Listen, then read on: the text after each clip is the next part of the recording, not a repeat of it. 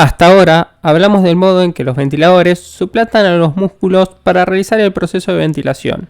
Si usan volumen o presión. Pero, ¿qué volumen o hasta qué presión podemos generar para que la ventilación mecánica sea eficaz, segura y no genere aún más daño? Para prevenir la injuria del pulmón durante la ventilación mecánica, hay que primero identificar qué puede causar un daño. Para eso, primero tenemos que definir dos conceptos, que son estrés y strain, o mejor dicho, estrés y desplazamiento o deformación relativa. Estrés es la fuerza dividida por el área donde se aplica, y esto sería la presión aplicada en el parénquima pulmonar. El strain, o deformación relativa, es el porcentaje que varía el volumen del volumen original. Para nosotros sería el volumen corriente sobre la capacidad residual funcional. El volumen corriente es lo que varía y la capacidad residual funcional es el volumen original. Teniendo esto en mente, vamos a ver qué pasa con los volúmenes pulmonares y con las presiones cuando sometemos a un paciente a anestesia general y ventilación mecánica. Lo que pasa es que se produce una pérdida de la capacidad residual funcional de hasta un 30%. La pérdida del tono muscular, en especial del diafragma, es el principal causante de esto. La presión abdominal se transmite fácilmente y favorece el colapso, sobre todo de las bases. Las áreas declives colapsadas redistribuyen el volumen inspirado a zonas superiores, invirtiendo lo que es el patrón normal de la ventilación. Esta situación hay que revertirla, ya que trae consecuencias. Disminuye el área de intercambio gaseoso llevando a hipoxemia. Y vamos a verlo desde el punto de vista del stress y strain. Así empezamos a comprenderlo. Empecemos por el strain. Dijimos que es el volumen corriente sobre la capacidad residual funcional. Por lo tanto, si la capacidad residual funcional disminuye un 30%, el strain aumenta. Si vamos al estrés, habíamos dicho que era la diferencia de presión aplicada sobre el parénquima. Pero cuando nosotros ventilamos a un paciente, ¿qué porcentaje de presión va al parénquima y qué porcentaje va a la caja torácica? ¿Qué quiero decir con esto? Vamos a hacer una pequeña representación. Imagínense a una persona que representa al ventilador y un biombo que representa al parénquima. El biombo unido al piso y al techo por elásticos. Cuando el hombre mueve el biombo 500 centímetros, genera 5 centímetros de agua de presión sobre el biombo. Los elásticos se tensan y el hombre siente 5 centímetros de agua de presión en las manos. A esta presión también podríamos llamarla presión de retroceso del parénquima pulmonar. Ahora volvamos al inicio y pongamos dos biombos, que se va a asemejar más a lo que tenemos nosotros. El primero será el parénquima y el segundo la caja torácica. Cuando lo mueve 500 centímetros, ahora va a generar 20 centímetros de agua de presión. Esta es la presión que tomamos nosotros cuando hacemos una pausa inspiratoria en el ventilador, o sea, la presión plató. Si tomo la presión entre los dos biombos, solo tomaría la presión de retroceso del segundo biombo. Pongámosle que el primero lo suelta. Ahora siente 15 centímetros de agua de presión, que sería la presión de retroceso de la caja torácica, o lo que nosotros llamamos presión pleural o presión esofágica. Eso quiere decir que el biombo que soltó absorbía 5 centímetros de agua, 20 menos 15. La presión generada por la persona representaría la presión ejercida por el ventilador al final de la inspiración, la presión alveolar. La presión generada por el segundo biombo es la presión pleural y la presión generada por el primer biombo es la presión transpulmonar, que sería la presión ejercida sobre el parénquima pulmonar. Entonces podemos decir que la presión transpulmonar es la presión alveolar menos la presión pleural. Si hacemos la presión alveolar al final de la inspiración, que es la presión plató menos la presión pleural al final de la inspiración, obtenemos la presión transpulmonar inspiratoria, que es lo que vimos recién. Si hacemos la presión alveolar al final de la expiración, o sea la PIP, menos la presión pleural al final de la expiración, obtendremos la presión transpulmonar expiratoria. Y si hacemos la presión transpulmonar inspiratoria menos la presión transpulmonar expiratoria, tenemos la diferencia de presión generada en el parénquima por la entrada de aire. Para obtener la presión alveolar solo tenemos que generar una pausa inspiratoria y expiratoria y mirar las presiones en el ventilador. Pero para obtener la presión pleural tendríamos que poner un balón esofágico para poder medirla. Y ahí sí hacer una pausa inspiratoria y expiratoria, así tenemos la diferencia de presión creada por el ciclo ventilatorio. Si bien esta sería la manera indicada de medir la presión aplicada al pulmón por el ventilador, requiere que pongamos el balón esofágico. Hay una manera más fácil y más accesible de medir y evitar el daño que podemos generar con la ventilación, aunque tiene sus limitaciones, y es la medición del driving pressure, o la presión de distensión, que no es más ni menos que sacar la presión plató menos la PIP. En condiciones en las que la compliance de la caja torácica es normal y constante, puede sustituir de manera adecuada a la presión transpulmonar, pero tiene sus limitaciones, que la veremos más adelante. Ahora volvamos con nuestro paciente sedado, ventilado, con atelectasia, y recordemos que, como dijimos en nuestro ejemplo de los trenes, que cuando tenemos que meter una cantidad de personas, pero tenemos menos vagones, la diferencia de presión aumenta, y esto es justo lo que pasa con la atelectasia y el volumen corriente. Tenemos el volumen corriente, pero tenemos menos alvéolos donde van a entrar. Por lo tanto, la presión aumenta. Como vimos, a esta diferencia de presión que se genera por la entrada de aire al pulmón, también se la denomina driving pressure, presión de distensión. Hay diferentes valores de corte de esta diferencia de presión que se relacionan con mal pronóstico. Estos van de 13 a 19 centímetros de agua. Por ejemplo, acá les dejo un algoritmo sugerido en este artículo donde se ve un punto de corte de 13 centímetros de agua. En este otro, el límite de corte es 19 centímetros de agua con una presión plató de 29 centímetros de agua, y en este último tiene como límite de corte 15 centímetros de agua con una plató de 30 centímetros de agua. Volviendo a nuestra atelectasia, a su aumento en la diferencia de presión, podemos decir que como aumenta la diferencia de presión, aumenta el estrés. También habíamos visto este gráfico, que es un esquema de la relación entre la presión y el volumen. ¿Por qué lo nombro de nuevo? Por lo siguiente, si tengo alvéolos cerrados o con poco volumen, voy a estar en este lado de la curva. Cuando meta aire, voy a generar mucha diferencia de presión. El cierre y apertura de los alvéolos causa daño. Lo ideal es ventilar al paciente en esta zona, donde meto volumen y no genero mucha presión. Para solucionar estos problemas que trae la atelectasia, se pueden usar distintas maniobras de reclutamiento, es decir, la apertura de los alvéolos y el mantenimiento de esa apertura, no dejando que se vuelvan a colapsar.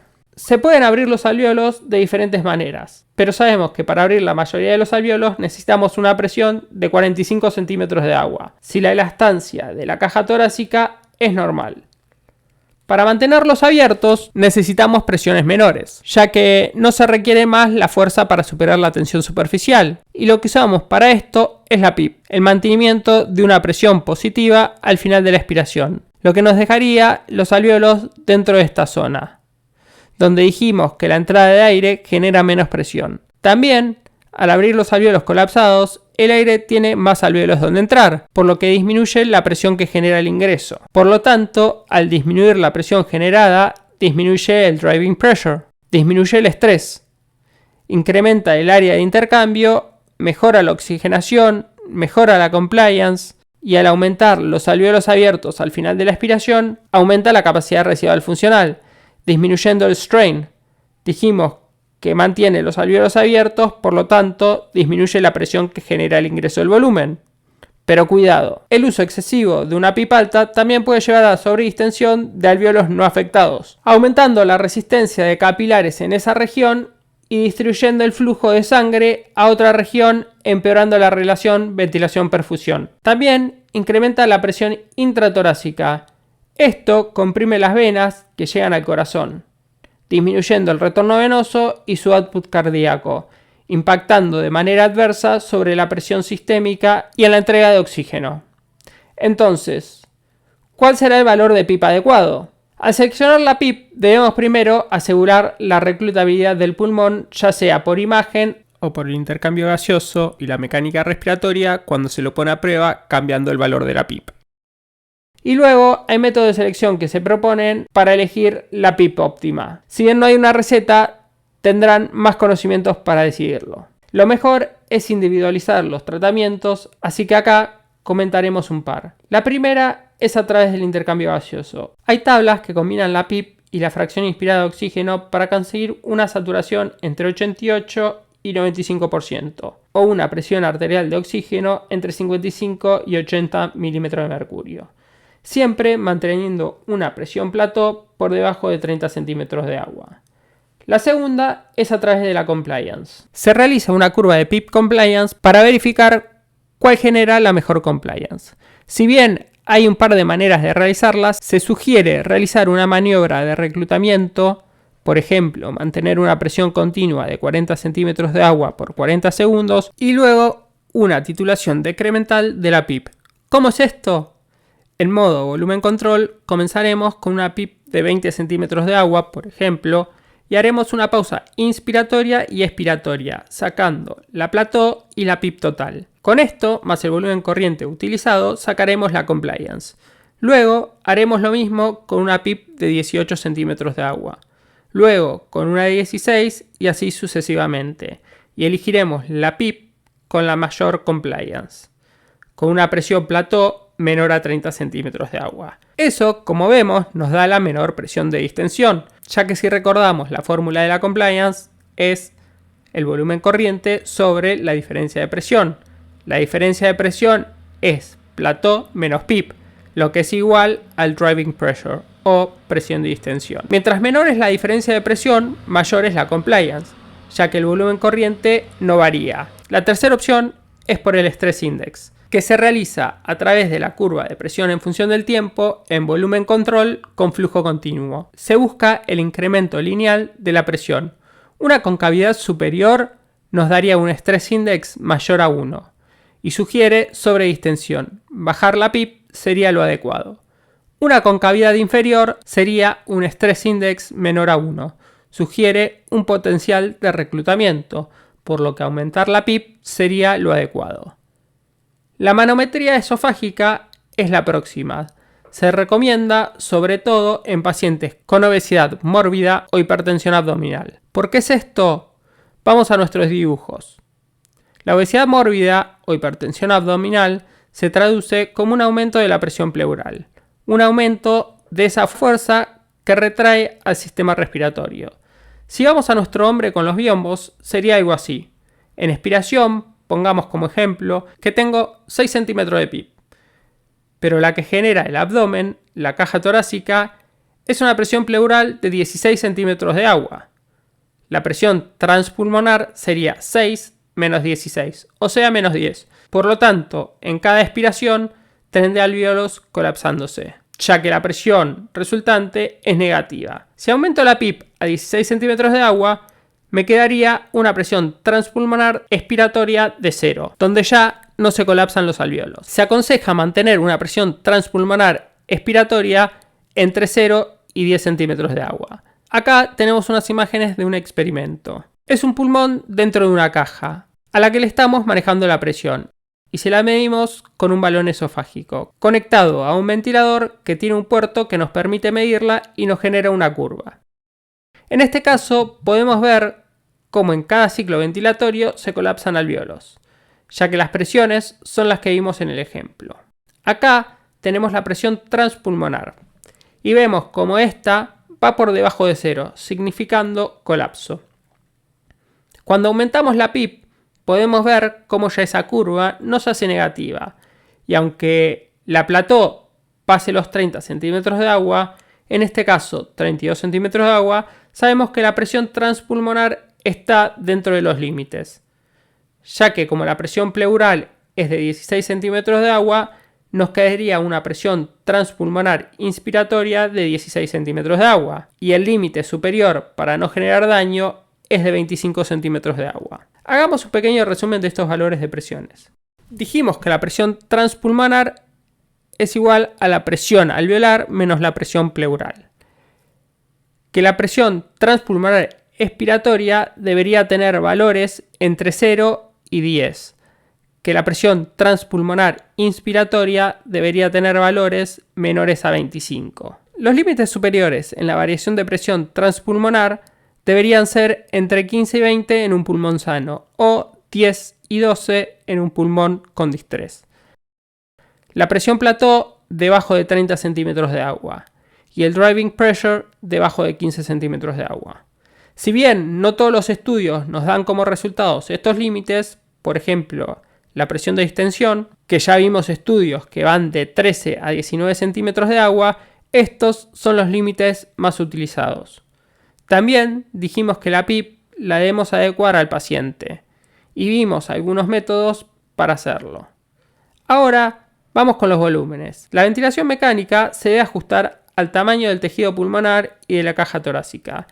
Estas sufren variaciones hasta la etapa adulta. Luego, un adulto puede tener variaciones significativas de peso y esto no modifica los valores del volumen corriente que tenemos que utilizar, ya que ni el tejido pulmonar ni la caja torácica varían por eso. Por esto es que utilizamos el peso ideal. La fórmula que se utiliza para sacar el peso ideal es la siguiente.